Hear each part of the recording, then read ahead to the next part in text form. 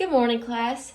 I hope you all had a great weekend. Today, we are going to be doing a lesson and an activity on sequencing. We are going to be sequencing events from Rosa Parks' life. So we're going to be sequencing the informal text about Rosa Parks.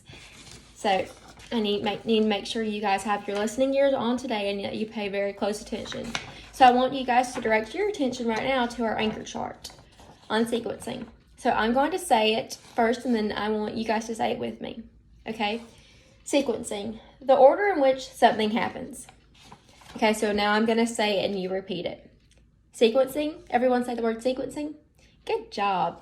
Okay. It's the order in which something happens. Okay, let's all say it together now. Sequencing. The order in which something happens. That was perfect. You guys sound great. Okay, so also you guys will see all of these words on our anchor chart. Words like first, next, then, finally. You guys see some boxes and then clue words here at the bottom. I'm not going to go over with you guys these because you already know them. They're just on here to guide you throughout this lesson and what we're going to be doing in the future, just in case you might forget some words. You might just not be able to remember them. But like I said, we're not going to go over these because we already know them. This is just here to help guide you because these are sequencing words, okay? And what is today's lesson going to be on, guys? Good job. We're going to be sequencing informal text about Rosa Parks. Okay. So I want you guys to look at the smartboard. You see our read aloud on Rosa Parks. I'm going to read it to you, and I want you guys to follow along on your paper with your finger or your pencil like we're supposed to. So follow along as I read. And then make sure, like I said, you have your listening ears on. You are focused and not talking to your neighbor because you're going to be doing an activity on this. Okay, so I'm about to start reading. When Rosa Parks decided to keep her seat on the bus on December 5th, 1955, she set into motion events that would change civil rights in this country. Rosa was born in Tuskegee, Alabama. That's the state we live in, isn't it? In 1913. It was a time when the color of her skin affected every part of her life. African Americans could not attend schools with whites. They were also segregated in many restaurants and movie theaters. They could not even drink from the same water fountain as whites. Rosa said it made her feel as if she weren't a normal human being. Rosa married Raymond Parks in 1932. She worked as a seamstress in a department store. One day when she finished work, she took a seat on the bus. At this time, in 1955, African Americans had to sit in the back of the bus. Only whites were allowed in the front. If all the white seats were filled, African Americans had to give up their seats to stand. On this day, the bus drivers told Rosa to give up her seat to a white person. Rosa refused. She was arrested. Rosa was taken to jail. Some people were very angry. They decided not to ride the buses again until the laws were changed. For over a year, many people walked all around and found other ways to get to work. Finally, on December 20th, 1956, the laws were changed. Rosa's refusal to give up her seat caused other changes. She was fired from her job because of it.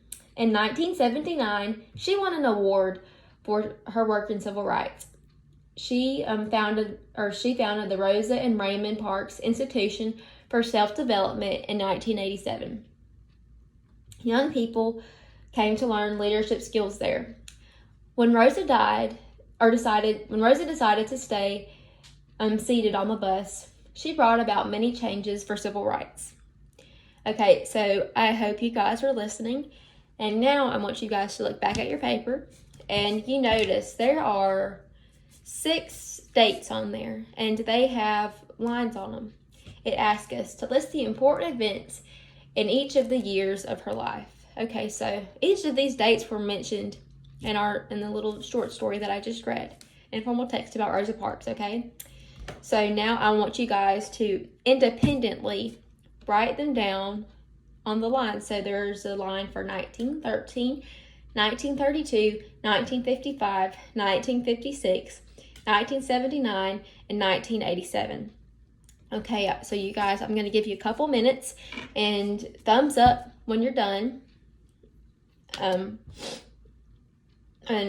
raise your hand if you have a question, but fill out the blanks in the bottom with what happened in each year. Give a brief explanation of what happened. Okay.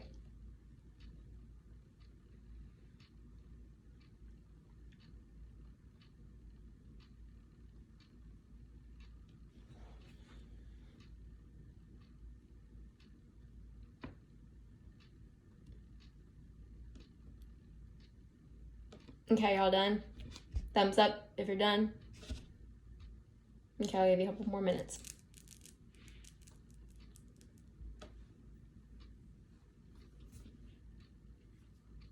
Okay, I see everyone's penciled down. I want you guys to give me a thumbs up or thumbs down about how you're feeling so far. Thumbs up if you feel great about Rosa Parks. Thumbs down if you're just a little bit confused. I see lots of thumbs up. That is perfect. Okay, so I want you guys, all of you, to pass up your worksheets to the very front of the room. Okay, so now I'm going to reread this text to you again. And notice you don't have your own. Okay, so I'm going to read this, and then I need you guys to make sure you listen extra closely, because you're about to work with partners I assign, or with your groups that I assigned, and you're going to have to sequence events from this without a worksheet giving you the specific dates. You'll just have to remember, think about what you can recall on your own. Okay, so Rosa Parks, changing the course of history. When Rosa Parks decided to keep her seat on the bus on December 5th, 1955, she set into motion events that would change civil rights in this country. Rosa was born in Tuskegee, Alabama in 1913. It was a time when the color of her skin affected every part of her life. African Americans could not attend schools with whites. They were also segregated in many restaurants and movie theaters. They could not even drink out of the same water fountains as whites. Rosa said it made her feel as if she weren't a normal human being. Rosa married Raymond Parks in 1932. She worked as a seamstress in a department store. One day when she finished work, she took a seat on the bus. At that time in 1955, African Americans had to sit in the back of the bus. Only whites were allowed in the front. If all of the white seats were filled, African Americans had to give up their seats and stand. On this day, the bus driver told Rosa she had to give up her seat to a white person. Rosa refused. She was arrested. Rosa was taken to jail. Some people were very angry. They decided not to ride the buses again until the laws were changed. For over a year, many people walked or found other ways to get to work. Finally, on December 20th, 1956, the laws were changed. Rosa's refusal to give up her seat caused other changes. She was fired from her job because of this. In 1979, she won an award for her work in civil rights. She founded the Rosa and Raymond Parks Institution for Self-Development in 1987. Young people learned leadership skills there. When Rosa decided to stay seated on the bus, she brought about many changes for civil rights. Okay, so I'm going to assign you into groups, and you're going to work on this independently. I mean, not independently. You're going to collaborate this. I'm sorry. You're going to collaborate, and you're going to organize the order, or you're going to order all of these words, or all the events in her life that I just covered by reading. And I'm also going to take this off the board so you cannot see this anymore. Just to recall how well you were listening. It should be easy. There was, remember, 6 events that happened in your life. Okay, so I'm about to take it off the board now. All right, so y'all are in your groups. So I'm going to give y'all several minutes, and then y'all just put your thumbs up whenever y'all are ready. And then I'm going to call on each group to tell the class the sequence of events that you wrote. from what you can recall from this informal text about Rosa Parks.